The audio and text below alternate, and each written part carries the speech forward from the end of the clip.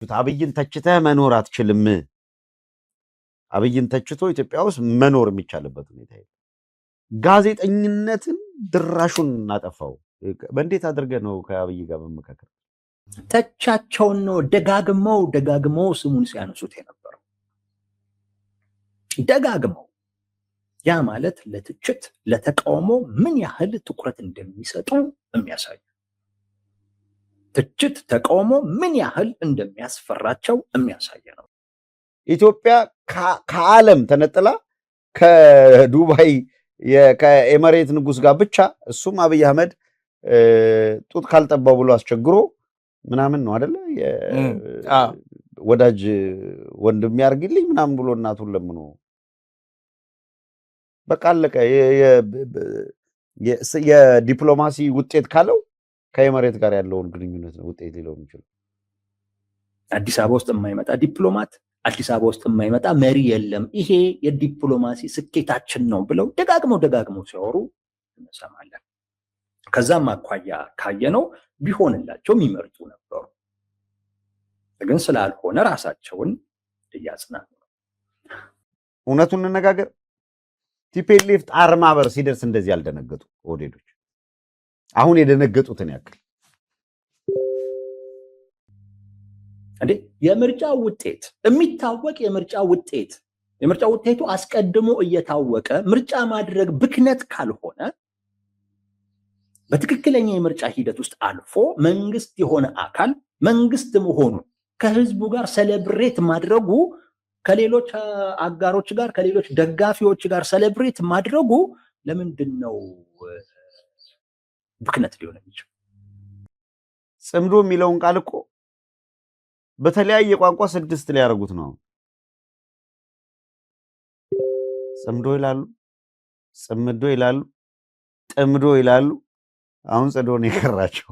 ጭዶ ምናምን ማለት ሊቀራቸው። ይሄ እረፍት ማጣት መጨነቅ የለም።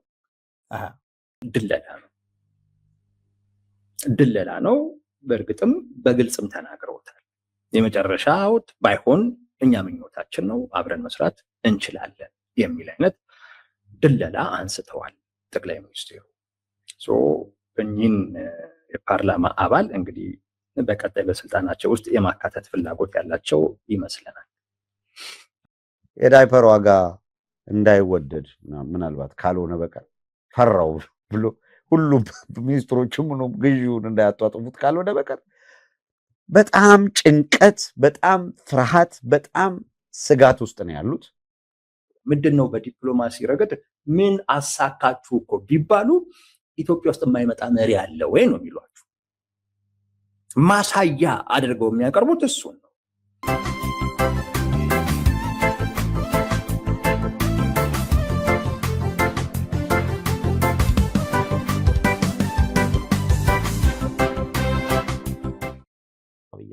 ከስልጣን ውረድ ይበቃሃል ብሎ ክርስቲያን ታደለ ስለጠየቀው እስር ቤት የወረወረው ሰው ስለተቹት አብይን ተችተህ መኖር አትችልም። አብይን ተችቶ ኢትዮጵያ ውስጥ መኖር የሚቻልበት ሁኔታ የለም።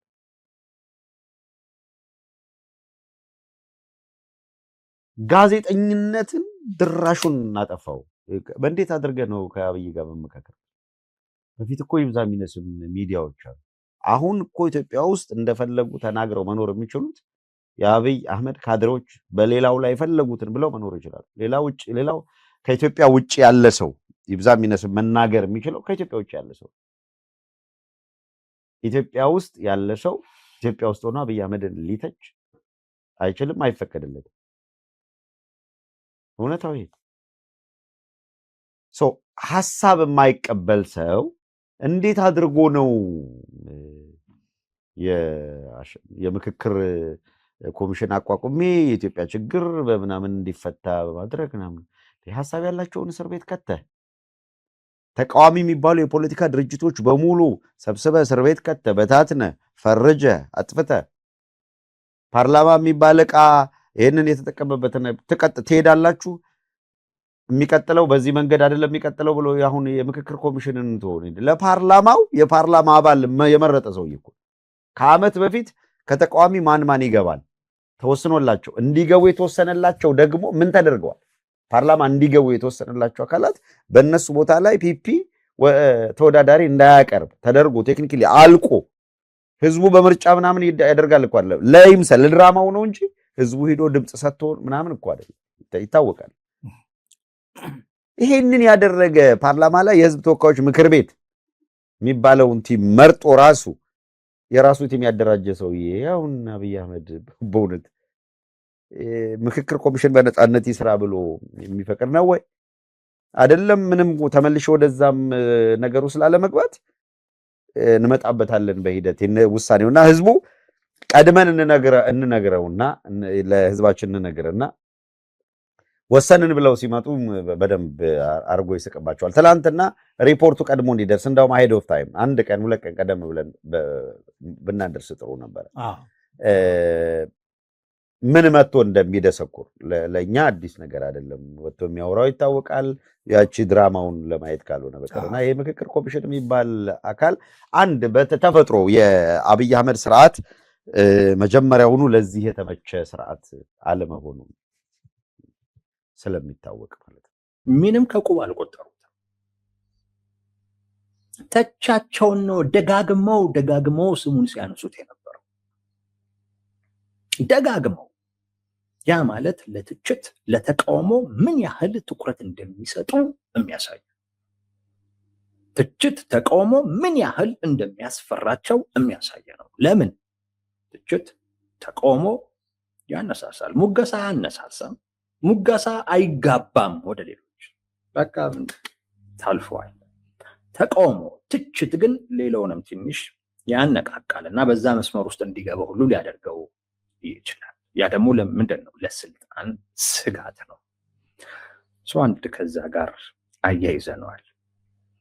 ሁለተኛው ነገር ለራሳቸው ከሚሰጡት ግምት ወይም የተጋነነው ዋጋ ጋር የሚጋጭ አይነት ነገር ነው። ጠቅላይ ሚኒስቴሩ ሙገሳ ይገባኛል ብለው የሚያስቡ ናቸው። ስታሞግሳቸው ስታመሰግናቸው ብዙም ምንም ነገር አይመስላቸው። ምክንያቱም ይገባኛል ብለው የሚያስቡ ናቸው። እንዳለ ንግግራቸውን ካያችሁ ያንን የሚያመላክት።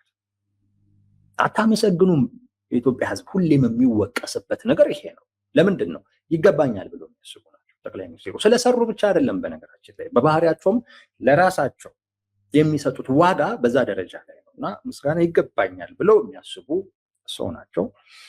ከዛ አኳያ ትችት ተቃውሞ ትኩረታቸውን በጣም ይወስደዋል። ሙገሳ ግን ያው የሚገባቸው ስለሆነ ምንም እንትን አይሉትም። አንድ ከዛ አኳያ ነው ያው ዶክተር ደሳለኝ ጫኔ ለየት ያለ ሀሳብ ቤት ውስጥ ይሰማል፣ ይደመጣል፣ ይነሳል ተብሎ የማይጠበቅ አይነት ነገር የሚያነሱ ናቸው። ግን የመጀመሪያቸው ግን አይደለም ሲቃወሙ።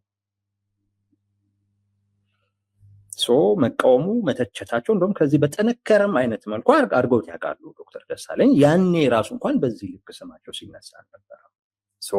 ተቃውሞ ትችት ስላነሱ ብቻ ነው ማለቱ ብዙ ትርጉም አይሰጥም። አንድ ምክንያት ነው፣ ግን እዛ ጋር ብቻ ግን ማቆም ሙሉ አያደርገውም። ሌላ ምክንያትም አለው ማለት ነው። ሁለተኛው ምክንያት እኛ የሚመስለን ድለላ ነው። በእርግጥም በግልጽም ተናግረውታል። የመጨረሻው ባይሆን እኛ ምኞታችን ነው፣ አብረን መስራት እንችላለን የሚል አይነት ድለላ አንስተዋል ጠቅላይ ሚኒስትሩ።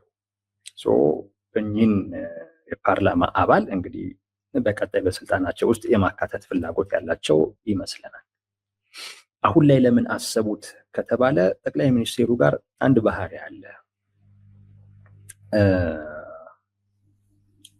ሰዎች የሆነ ህይወት ከለመዱ በኋላ ከዛ ህይወት ወጥተው መኖር በጣም ይቸገራሉ ብለው ያስባሉ።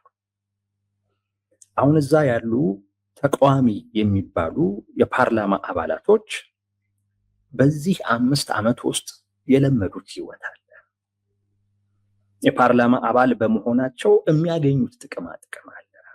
የፓርላማ አባል በመሆናቸው ያላቸው ስታተስ አለ። ይህን ነገር ለ5 ዓመት ለምደውታል። አሁን የመጨረሻ ጊዜያቸው ነው። ከዚህ ውጪ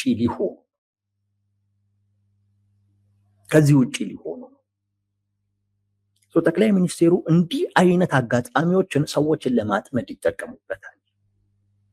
ምክንያቱም ሰዎች የሆነ ህይወት ከተለማመዱ በኋላ ደግሞ የተሻለ የሚባል ከተለማመዱ በኋላ ከዛ መውጣትን ይሰጋሉ፣ ከዛ መለየትን ይፈራሉ። ይሄንን አጋጣሚ ጠቅላይ ሚኒስቴሩ ሊጠቀሙበት የፈለጉ ይመስላል። ለዛ ነው የዶክተር ደሳለኝ ጫኔን ስም በተለያየ አይነት መንገድ ራሳቸውን እስኪታዘቡ ጊዜ ድረስ ደጋግመው ሲያነሱት የነበረው። እኛ እንደውም ምንድን ነው የሚል አይነት ነገር የፈጠረብን ለዛ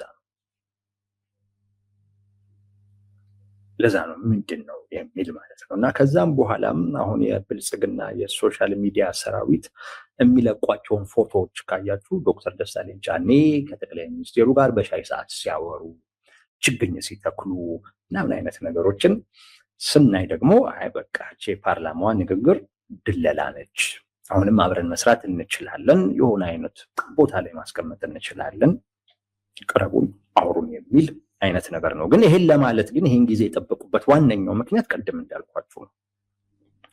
ሰዎች የሆነ ህይወት ምቾት ያለው አይነት ነገር ተለማምደው ከዛ በኋላ ከዛ ውጪ የሚሆኑበት ቀን እየተቃረበ ሲመጣ ትንሽ ብርድ ይላቸዋል፣ ስጋት ነገር ይሰማቸዋል። ናቹራል ነው ይሄ ነገር። አትዛት ታይም ያንን ሰው ማጥመድ ትችላለህ ነው። በዛች ወቅት ላይ ያንን ሰው ማጥመድ የምትችልበት ወቅት ያቺ ነች። አንዴ ካለፈ በኋላ አዲሱን ህይወት እየለመደው ከመጣ በኋላ አስቸጋሪ ነው። አሁን ይሄ ጥያቄ በሆነበት አይነት ወቅት ላይ ማለት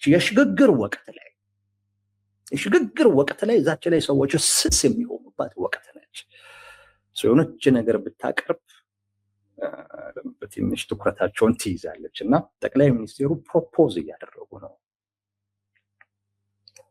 እያደረጉ እና እኚህንም ሰው ለማጥመድ የፈለጉ ይመስላል። ከዛ አኳያ ነው ስማቸውን ደጋግመው ሲያነሱት የነበረው። እሱን ታዝበናል።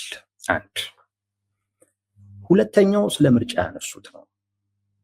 ምርጫውን በሚመለከት ያነሱት ጉዳይ የጠቅላይ ሚኒስቴሩ ራስን ከማጽናናት ጋር አያይዘን አይተናል። ራስን ከማጽናናት ጋር በተለይ ሌሎች ሀገራቶችን ቢተውት ጥሩ ነው ብለው ሁሉ የተናገሩት ነው። ይሄ አዲስ መንግስት አሁን እየመሰረቱ ነው። በምርጫ ተመርጠዋል። እሱን ሰለብሬት ማድረግ ከህዝቡ ጋር ማለት ነው። ምናልባትም አንዳንድ መሪዎችን ጠርተው ልክ እንደ በዓለ ሹመት አይነት ነገር እሱን የማክበር አይነት ነገር እኛ እናደርግም ያሉት። እኛ በቃ እንደተመረጥን አወቅን፣ ወዲያ ወደ ስራ ነው የገባነው። እንደዚህ መሪዎችን ጠርተን ምናምን ማክበር እንደዛ አናደርግም። እነሱንም ማጉላላት አንፈልግም። እኛም እነሱ ሲመጡ ከስራ ውጪ መሆን አንፈልግም። ሌሎች ሀገራቶችን ቢተዉት ሁሉ ጥሩ ነው ብለው የመከሩት ምክር ይሄ ራስን ከማጽናናት ጋር የተያያዘ እንጂ ጠቅላይ ሚኒስቴሩ ባያደርጉት የሚመርጡት አይደለም። ቢሆንላቸው ቢደምቅላቸው ደስታቸው ምንም ጥያቄ የለው። ምንም አንድ ከራሳቸው ባህሪ አኳያ ስናየው ቢደምቅላቸው የሚወዱ አይነት ሰው ናቸው ጠቅላይ ሚኒስቴሩ። በቃ የሁሉንም ትኩረት ማግኘት የሚችሉበት የጎረቤት መሪዎችን ሌሎች መሪዎችን ጠርተው ከራሳቸው ባህሪ አኳያ ስናየው ማለት ጠቅላይ ሚኒስቴሩ በባህሪያቸው እንደዚህ አይነት ነገር የሚፈልጉ ናቸው። መሪዎች ተሰብስበው ሰዎች ተሰብስበው ስማቸውን ቢጠሩ ስለሳቸው ቢያወሩ እሱን ቢሰሙ የማይሰለችው አይነት ሰው ናቸው ጠቅላይ ሚኒስቴሩ። ይሄ ንግግር ከባህሪያቸው ጋር አይሄድም። ማጽናናት ነው ያልነው ለዛ ነው። ሁለት ከፖለቲካ ፍላጎታቸውም ጋር ተያይዞ ካየነው አይሄድም። ምንድነው መሪዎች መጥተው ስለጎበኟቸው ስለጠየቋቸው እሱን እንደ የዲፕሎማሲ ስኬት ማሳያ አድርገው የሚያቀርቡ ጠቅላይ ሚኒስቴር እኮ ናቸው። አጠቃላይ ብልጽግና እኮ ያለ ምንድነው በዲፕሎማሲ ረገድ ምን አሳካችሁ እኮ ቢባሉ ኢትዮጵያ ውስጥ የማይመጣ መሪ አለ ወይ ነው የሚሏችሁ። ማሳያ አድርገው የሚያቀርቡት እሱን ነው። በዚህ አጋጣሚ መሪዎች ቢመጡ ምናልባት እንደውም ይሄንን ነገር ደግሞ ለየት ባለ አይመል ለምሳሌ ችግኝ በመትከል የሆነ ነገር በማድረግ ምናምን ደግሞ ቢያሳልፉት ለሳቸው የፖለቲካ ትልቅ ከዲፕሎማሲ አኳያ ትልቅ ስኬት አድርጎ የሚወስዱት ነው። ሲወስዱትም እያየን ነው። አዲስ አበባ ውስጥ የማይመጣ ዲፕሎማት፣ አዲስ አበባ ውስጥ የማይመጣ መሪ የለም፣ ይሄ የዲፕሎማሲ ስኬታችን ነው ብለው ደጋግመው ሲያወሩ እንሰማለን። ከዛም አኳያ ካየነው ቢሆንላቸው የሚመርጡ ነበሩ። ግን ስላልሆነ ራሳቸውን እያጽናኑ ነው። ሶስተኛ እሳቸው እንዳሉት ምንም ጥቅም የሌለው ጉዳይም አይደለም። ጥቅም የሌለው ነገር አይደለም። ብክነት አይደለም እንዴ! የምርጫ ውጤት የሚታወቅ የምርጫ ውጤቱ አስቀድሞ እየታወቀ ምርጫ ማድረግ ብክነት ካልሆነ በትክክለኛ የምርጫ ሂደት ውስጥ አልፎ መንግስት የሆነ አካል መንግስት መሆኑን ከህዝቡ ጋር ሰለብሬት ማድረጉ ከሌሎች አጋሮች ጋር ከሌሎች ደጋፊዎች ጋር ሰለብሬት ማድረጉ ለምንድን ነው ብክነት ሊሆን የሚችል? ብክነት አይደለም። የራሱ ፋይዳም አለው። የራሱን ፋይዳ አለው።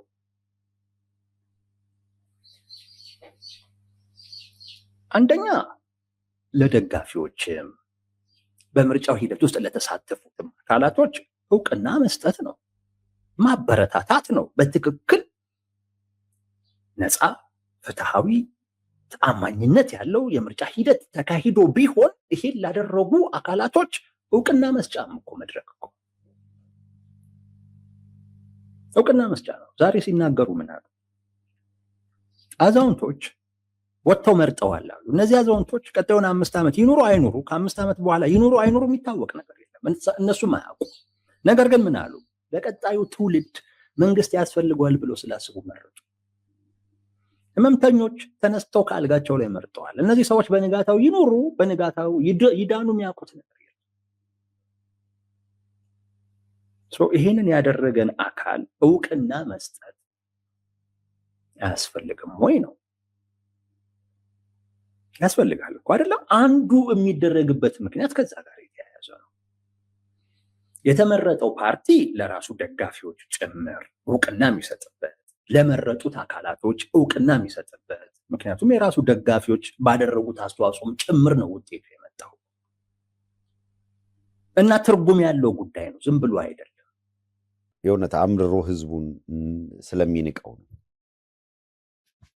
የድንቁርና እንዳለው ዝግጁ ሆኗል ማለት ስለሚንቀው ማለት ለምትንቀው ህዝብ ነው እንደዛ የምትለው ማለት በቃ ዝም ብሎ ምንም አይሰሙም አይለሙም ኢትዮጵያውያን ደናቁርት ናቸው ብሎ ደምድሞ ነው እንደዚህ የሚቀልደው እንጂ መቼም አሁን በዲፕሎማሲ ምርታ ኢትዮጵያ እንደዚህ ወዳጅ አግኝታ አታውቅም ሲልህ እስቲ እግዚአብሔር ያሳየ። የመጨረሻው ነው ግልባጭ እኮ ነው። በቃ እያንዳንዱ የሚናገሩትን በግልባጩ ነው መስማት። ጎረቤት ውሰደው። ማን ናቸው ጎረቤታቸው? ሱዳን በብሉ ናይል በኩል እየተዋጋች ነው።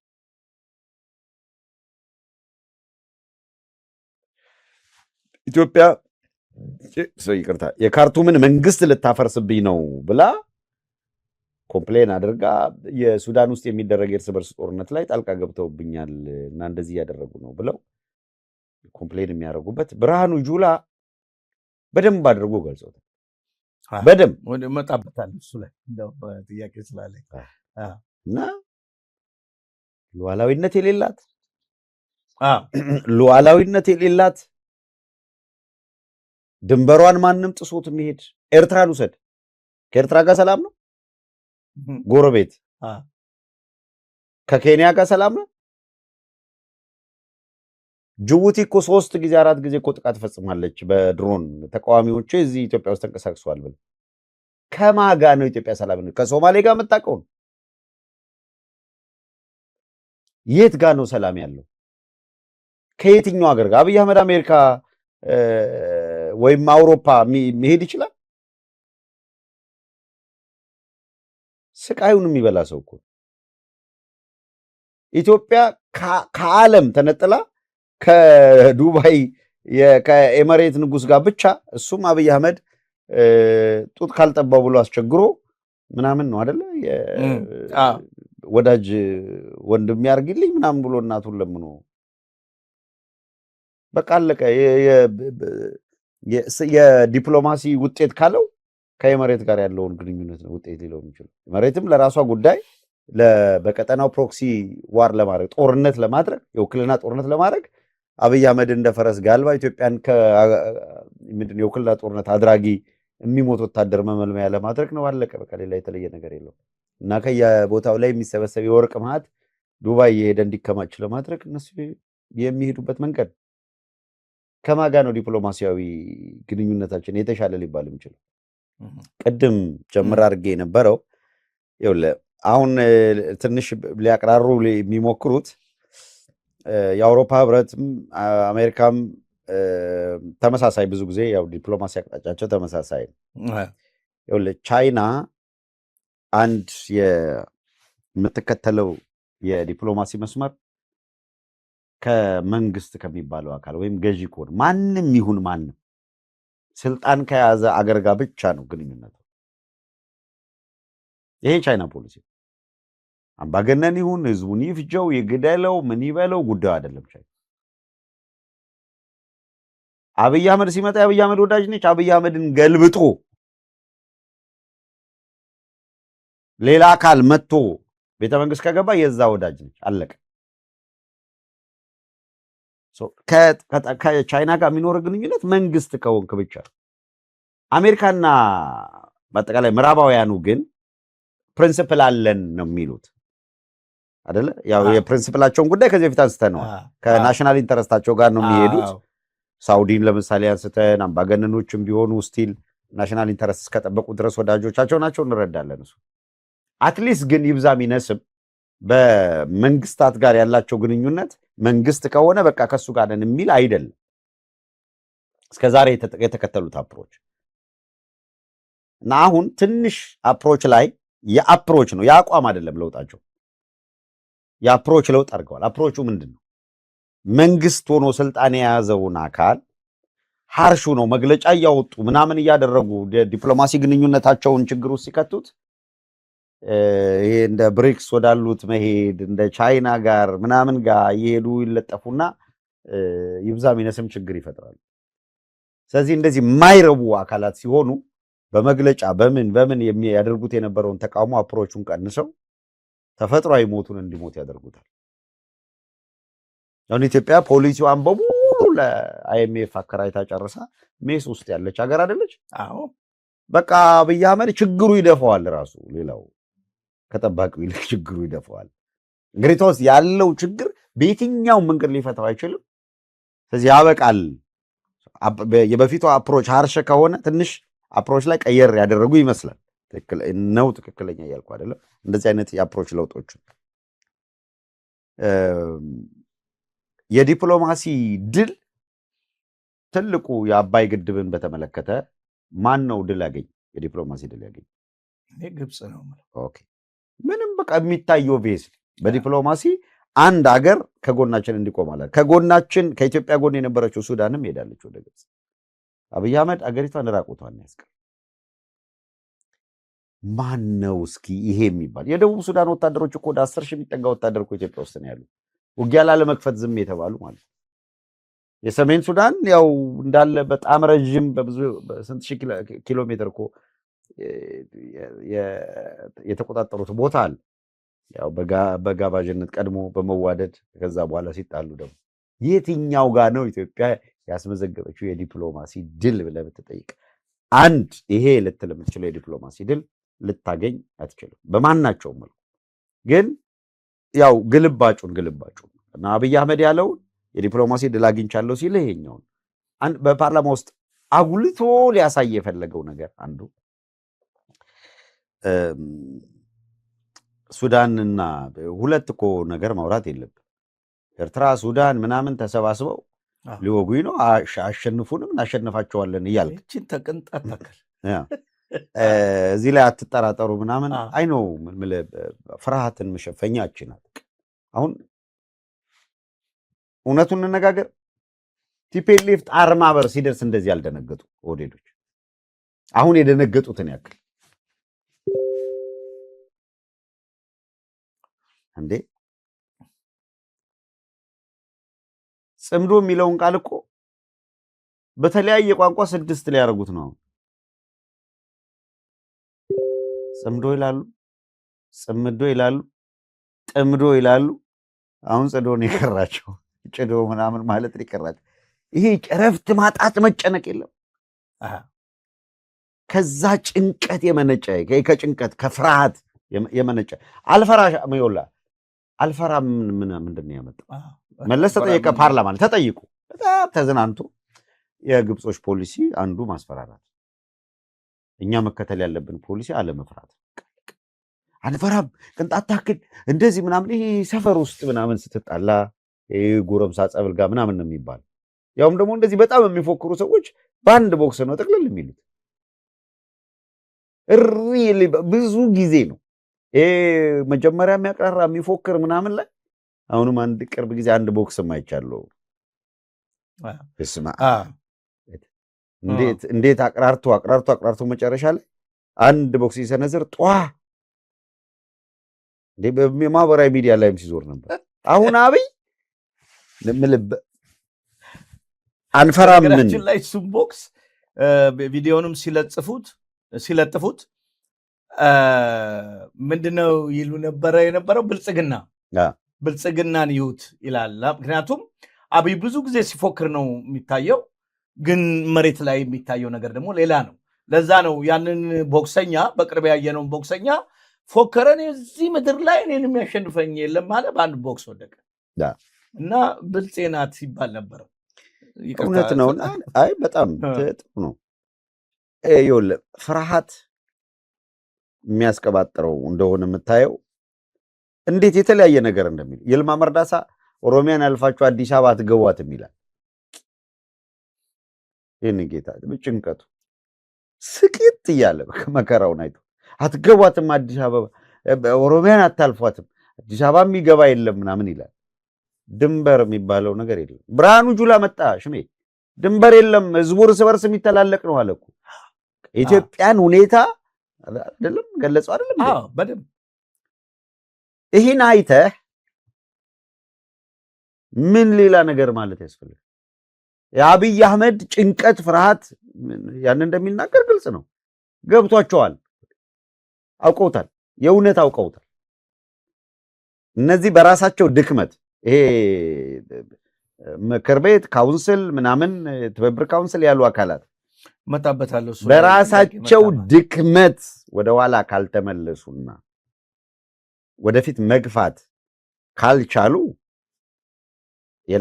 ለአብይ አህመድ የተንዘላዘለ ዕድሜ ጨመሩለት ነው። ነገር ግን በእርግጠኛነት የምናገረው እነዚህ አካላት ወደ ተባበረ ስሜት መጥተው አንድ እርምጃ ሁለት እርምጃ ወደፊት ቢሄዱ እነ አብይ አህመድ ባለፈው ማንስቸዋለሁ ምናልባት ለመጨረሻ ጊዜ አሁን ከደሳለኝ ጫኔ ጋር ለመጨረሻ ጊዜ ምናምን ብሎ እሱም የመጨረሻ ጥያቄ ምናምን ብሎ ባይሆን ደስ ይለኛል ምናምን እየቀለደ ነው አይደል? እንደዚህ ሰብሰብ ብሎ የሚያወሩት ሞያሌ ላይ ነው የሚሆነው። ኦዴዶች ለመጨረሻ ጊዜ በቃ ከተሻገርን ድንበሩን አንመለስም የሚሉበት ይሄ የተሰባሰበ ኃይል ማለት በደንብ ነገርየውን ተረድቶ አሁን ምናልባት የምክክር ኮሚሽን ምናምን እንዲያስፈጽም የተሰጠው አጀንዳዎች አሉ። እነዛን አጀንዳዎች ማለት ይሄ ውሳኔ ማለት ነው ሳይሆን ውሳኔ ለእነሱ የተዘጋጀውን ውሳኔ እኛም ተርቴ እናደርገዋለን። ሌሎቹ አካላት ይደርሳቸዋል በሚዲያም ኦፊሻሊ ስለ ይቅርታ ይሄ በሚደረግበት ጊዜ ያለ ጥርጥር የነዚህኞቹን አጀንዳ እሱ እዚህ ያስፈጽመዋለሁ የሚለውን አጀንዳ እነዛ በተሻለ መንገድ እናስፈጽመዋለን የሚል አቋም ላይ የደረሱ የተሻለ አቋም ይዘው እስከመጡ ድረስ የኢትዮጵያን ሕዝብ ልብም አግኝተው ቀኝ ኋላ እንደሚዞር ያውቀዋል። አሁን ሌላውን ሁሉ እንተወሽ፣ የሀገሪቷ ኢኮኖሚ ወድቋል። ጦርነት ኢኮኖሚ ይፈልጋል። የጦርነት ኢኮኖሚ የለም። አንድ በል ይሄ ድጎማ የመምህራን ምናምን ያቀወሰው ሰው ሁሉ በቃ ይሄ ኑሮ ጭንቅላቱን ያዞረውና ስቃይ አፈናው መዋረዱ ምናምን የበዛበት ተወው። ሌላውን ወታደሩ ነው የምነግርህ። ትንሽ የሆነች ነገር ይጀመርና ገፋ አድርጎ ተስፋ ሊያደርገው የሚችል ኃይል መንገድ መጀመሩን እርግጠኛ ይሁን። 2 ቀን አያድርም። እጃቸው ላይ ያለው ሰራዊት ያውቁታል፣ በደንብ ገምግመው በዓላማ አብሯቸው ያለ እንደሌለ ለዛ ፈርቶ የሪፐብሊክ ጋርድን የሚተካ ሌላ መፈንቅለ መንግስት ይቋቋምልኛል የሚል ኃይል እያደራጀ ፓርላማ ላይ ይህንን ሲል አንድ ነገር ለአድማጮች ብቻ ላስታውሳቸው። የዛሬውን ፓርላማ ላይ ቅንጣት ታክል ምናምን እያለ የተናገረውን ንግግር አንድ ጊዜ መፈንቅለ መንግስት ብለው ወታደሮች መጥተዋል ሲባል የሰራውን ድራማ ብቻ አስታውሱ። ምንድን ነበር የሰራው ድራማ? መፈንቅለ መንግስት ነው የመጡት ሲባል ፑሽአፕ ሲያሰራቸው ቪዲዮ ቀረጻር። ከዛ መጥቶ እየተዝናና እየሳቀ ምናምን እያለ እነዚህ መፈንቅለ መንግስት የምትሉት መፈንቅለ መንግስት የመጡ ስለዚህ ፐርፐዝ ነው፣ እኔን ለመጠየቅ አንገራቸው እንዲበርድላቸው ፑሽአፕ አሰርቼ እንደዚህ ብዬ የማህበራዊ ሚዲያ ሲያደርጉትን ተዋቸው ምናምን አለ አይደል? ከዛ ቆየ። ከ2 ሳምንት በኋላ እርር ድብን እያልኩ ዋሽቼ ነው አለ። እርር ድብን እያለ እየዋሻችሁ ነው። ፈርቷል። በምን እርግጠኛ ነን ዳይፐር አለማረግህን ብላችሁ ብትጠይቁት ምላሽ የለውም። ጠበቅ አድርገህ ከ8 ያክፍል በኋላ የት ነበር ክትለው መልስ የለውም። እንዳለው ዳይፐር አላረክም ወይ አሁን ከፍርሃት የተነሳ ቢባል መልስ የሌለው ሰውዬ ነው። ይሄ ምንም ለመጠራጠር የሌለባችሁ ጭንቀት፣ ፍርሃት የወለደው አልቆልናል ከሚል ከጭንቀት የመጣ ንግግር ነው። ሌላ ነገር አይደለም። ሪያሊቲ ወይ ለማስመሰል የሞከረው ልክ እችን ንግግር በቃ ያኔ በመፈንቅለ መንግስት ጊዜ በኋላ መጥቶ ወደ ረርድብን እያለ እንዲህ ብዬ ሸወድኳችሁ እንዳለው መጥቶ የሸወደው ሌላም ልጨምር ከቲፒኤልኤፍ ጋር ልትደራደር ነው ይባላል ሲባል ሲሸልስ እየተገናኙ እኛ እኮ እየተናገረን ሲሸልስ ሲገናኙ ሲሸልስ ላይ ተገናኝተዋል ብለን ተናግረናል። ሚዲያ ላይ ሲሸልስ በድብቅ ተገናኝተዋል። አያቴን ያኔ እረፍት ነበር የነሷት ለናይ ማታ ብላለች አያቴ እያልኩ ተናየዋለን፣ ግን ሲሸልስ ተገናኝተዋል መረጃ አለን እያለን የተቀበለ አልነበረም። አሁን ጌታቸው ረዳ ሲሸልስ እንገናኝ ነበር እንገናኝ ነበር እያለ እየዘረገፈ ያለው ጌታቸው ረዳ። አብይ ያኔ ፓርላማ ላይ ወጥቶ ምንድን ነበር የሚለው? እንዴት ነው ከነዚህ ጋር የምንደራደረው? አታስቡት፣ ተጠያቂ ሳናደርጋቸው ድርድር የለም ምናምን ሲላችሁ ነበር። ይሄ መጨረሻ ላይ ምንድን ነው ያደረገው? ሰው እንደዚህ አይነት ቀጣፊ፣ ተራ ዱርዬ ሰውዬ ፓርላማ ላይ መጥቶ አልፈራውም ምናምን ሲልህ የዳይፐር ዋጋ እንዳይወደድ ምናልባት ካልሆነ በቃ ፈራው ብሎ ሁሉም ሚኒስትሮችም ነው ግዢውን እንዳያጧጥፉት ካልሆነ በቀር በጣም ጭንቀት፣ በጣም ፍርሃት፣ በጣም ስጋት ውስጥ ነው ያሉት። እነሱን እውቅና መስጠት፣ እነሱን ማነቃቃት፣ በተለይ ለቀጣይ ማነቃቃት፣ በዚሁ ቀጥሎ፣ በዚሁ በርቱ የምትሉበት ነው። ፖለቲካ እኮ ይሄ እኮ ነው። አንድን ነገር እኮ ሰለብሬት እኮ ስታደርግ ፋይዳውን ልቦናዊ ፋይዳውን እኮ ታሳቢ ሁሉ እኮ አድርገህ እኮ ነው እንጂ እያንዳንዱ ኪስ ውስጥ የምታስገባው ምንም ነገር የለም። ቀጣዩ 5 ዓመት አዲስ ዓመት ነው።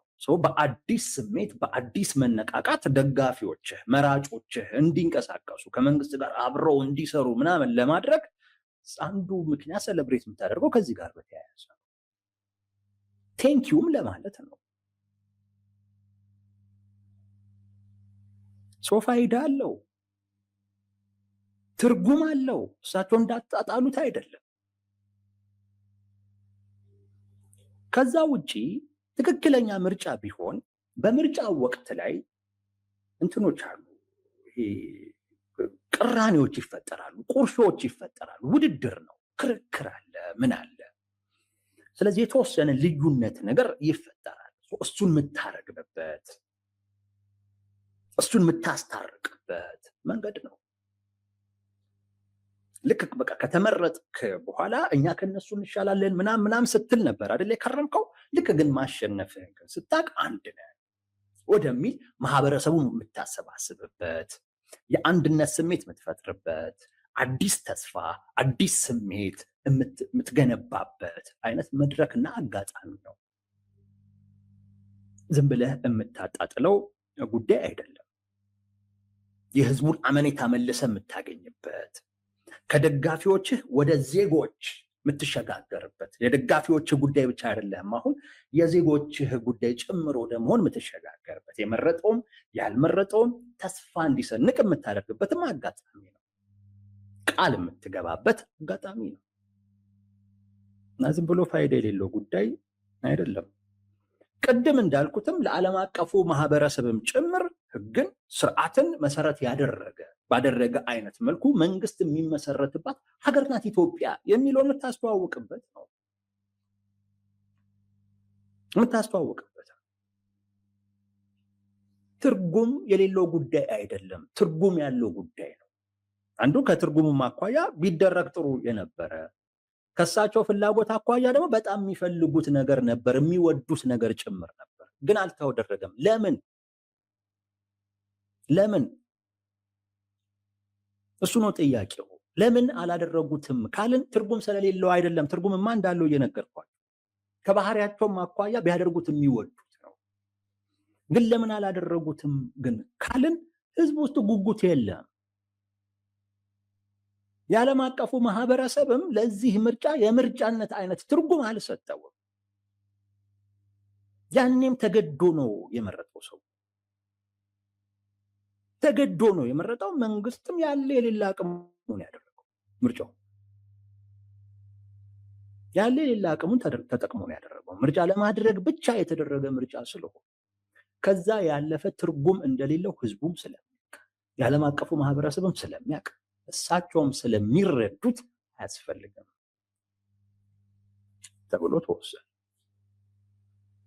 እንጂ በትክክለኛ የምርጫ ሂደት ተወዳድረው እንዳልኳችሁ ውድድር የነበረበት አይነት ምርጫ ተወዳድረው ያሸነፉት አይነት ምርጫ ቢሆን እንዴት ነው አንተ አሸንፈህ ሰለብሬት ማታደርገው? እንዴት ነው ማታደርገው? ግን የሚያውቁት ውጤት ስለነበር ራሳቸው እንደተናገሩት እኛ 85ቱ ላይ እንወዳደር፣ ሌሎቹ 100 ላይ ይወዳደሩ እንዳሉት ራሳቸው አቅደው ዲዛይን አድርገውት የመጣው ውጤት። እንደዛ ደግሞ ሲሆን ያን ያህል ስሜት አይሰጥም። ለራሳቸውም ስሜት አልሰጣቸውም፣ ህዝቡም ስሜት አልሰጠውም፣ የዓለም አቀፉ ማህበረሰብ ስሜት አልሰጠውም። ስለዚህ እንደዚህ አይነት ነገር ሰለብሬት አታደርግም። ግን ይሄንን አትናገርም። ምንድን ነው የምትለው? ራስን ታጽናናለህ። ምን ትርጉም አለው? ምንም እኮ ትርጉም እኮ የለውም፣ ሌሎቹም ቢተውት ምናምን ነገር በሚል ራስን ታጽናናለህ። ሁለተኛው ራሳቸውን ሲያጽናኑ አይተናል። ሶስተኛው ዶክተር ደሳለኝ ጫኔ የጠየቁት ወሳኝ ጥያቄ ነው። ያም ጥያቄ ምንድን ነው? በቃ በዚህን ወቅት መጠየቅ ያለበት ጥያቄ፣ አንድ የፓርላማ አባል በቃ ሊጠይቀው የሚገባው ጥያቄ ቢኖር ይሄ ነው። አሁን አዲስ መንግስት ሊመሰርቱ ነው። ከአዲሱ መንግስት ህዝቡ ምን ተስፋ ያደርግ? ምን ተግባራዊ ሊሆን የሚችል ሊጨበጥ የሚችል አዲስ ተስፋን ህዝቡ ምን ያስብ ብሎ ጠየቁ።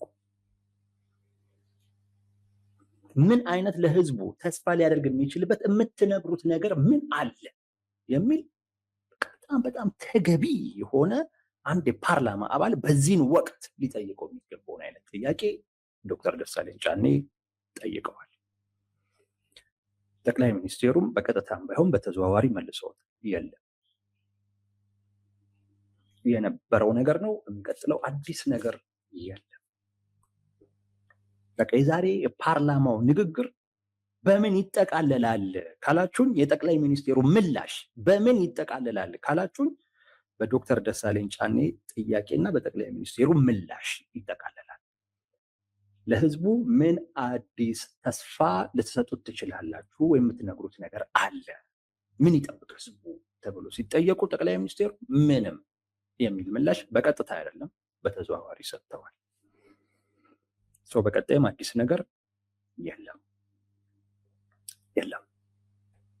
በተዘዋዋሪ ነው ይሄንን ምላሽ የሰጡት። ለምሳሌ የታጣቂዎቹን ጉዳይ ተጠይቀዋል። ከሰላም ከደህንነት ከጸጥታ ጉዳይ ጋር ተያይዞ እንዴት ነው ይሄን ነገር ልትፈቱት ያሰባችሁት የሚል ጠቅላይ ሚኒስቴሩ ምን አሉ? እኛ ትላንት ስናቀርብ የነበረው ጥሪ አለ። አሁንም እሱ ነው የሚቀጥለው። እሱንም ጥሪ ተከትለው የገቡ አካላቶች አሉ። አሁንም እሱ ነው የሚቀጥለው። ስለዚህ ምን አለ? አዲስ ነገር የለም። አዲስ ነገር የለም። ትላንት እጃችሁን በሰላም ስጡ፣ እጅ ስጡ የሚል ጥያቄ ቀርቧል። እሱ ነው የሚቀጥለው ነው። አዲስ ነገር የለም። ከታጣቂዎች ጋር ሰላምን፣ መረጋጋትን ለማምጣት የሚያስችል አዲስ የምንከተለው መንገድ የለም። የድሮውኑ መንገድ ነው የምንሄድበት። ስለዚህ ይቀጥላል። በቃ እሱ ነው የሚቀጥለው። አዲስ ነገር አጠብቁ ነው። የዶክተር ደሳለኝ ጥያቄ ግን ምንድን ነው? ምን አዲስ ነገር አላችሁ? አዲሱ መንግስት እጅ ስጡ እያለ ነው የሚቀጥለው ማለት ነው እንጂ ችግሩን በተለየ አይነት መንገድ ተረድቶ በተለየ አይነት መንገድ ለመፍታት የሚያደርገው ምንም አይነት ጥረት እንደሌለ ማሳያ ነው። አንድ ይህ ደግሞ የኢትዮጵያ ሕዝብ አንገብጋቢ ጥያቄ ነው፣ ሰላም፣ መረጋጋት። ስለዚህ ከዚህም በኋላ የሰላም የመረጋጋቱ ጉዳይ ይባባስ ይሆናል እንጂ የሚሻሻል የሚቀየር ነገር ብዙ አይጠበቅም። ሁለተኛው የኑሮ ጉዳይ። የኑሮ ጉዳይን በሚመለከት ጠቅላይ ሚኒስቴሩ ኑሮን እንዲህ እናሻሽላለን የሚል ነገር የለም። ያሉት ምንድን ነው? ህዝቡ ሁለት ስራ ምናምን መስራት መልመድ አለበት። ስለዚህ ምን ማለት ነው?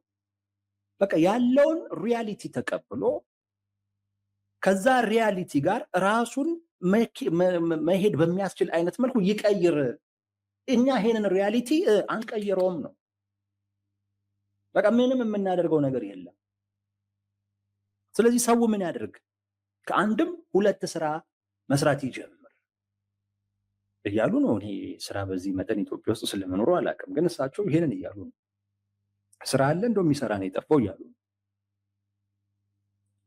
ስለዚህ ኑሮንም በሚመለከት የኢትዮጵያ ሕዝብ ሁለት ስራ እየሰራ ከመቋቋም ውጪ ሌላ አማራጭ የለም፣ መንግስትን ተስፋ አታደርግ የሚል ምላሽ ነው የሰጡት።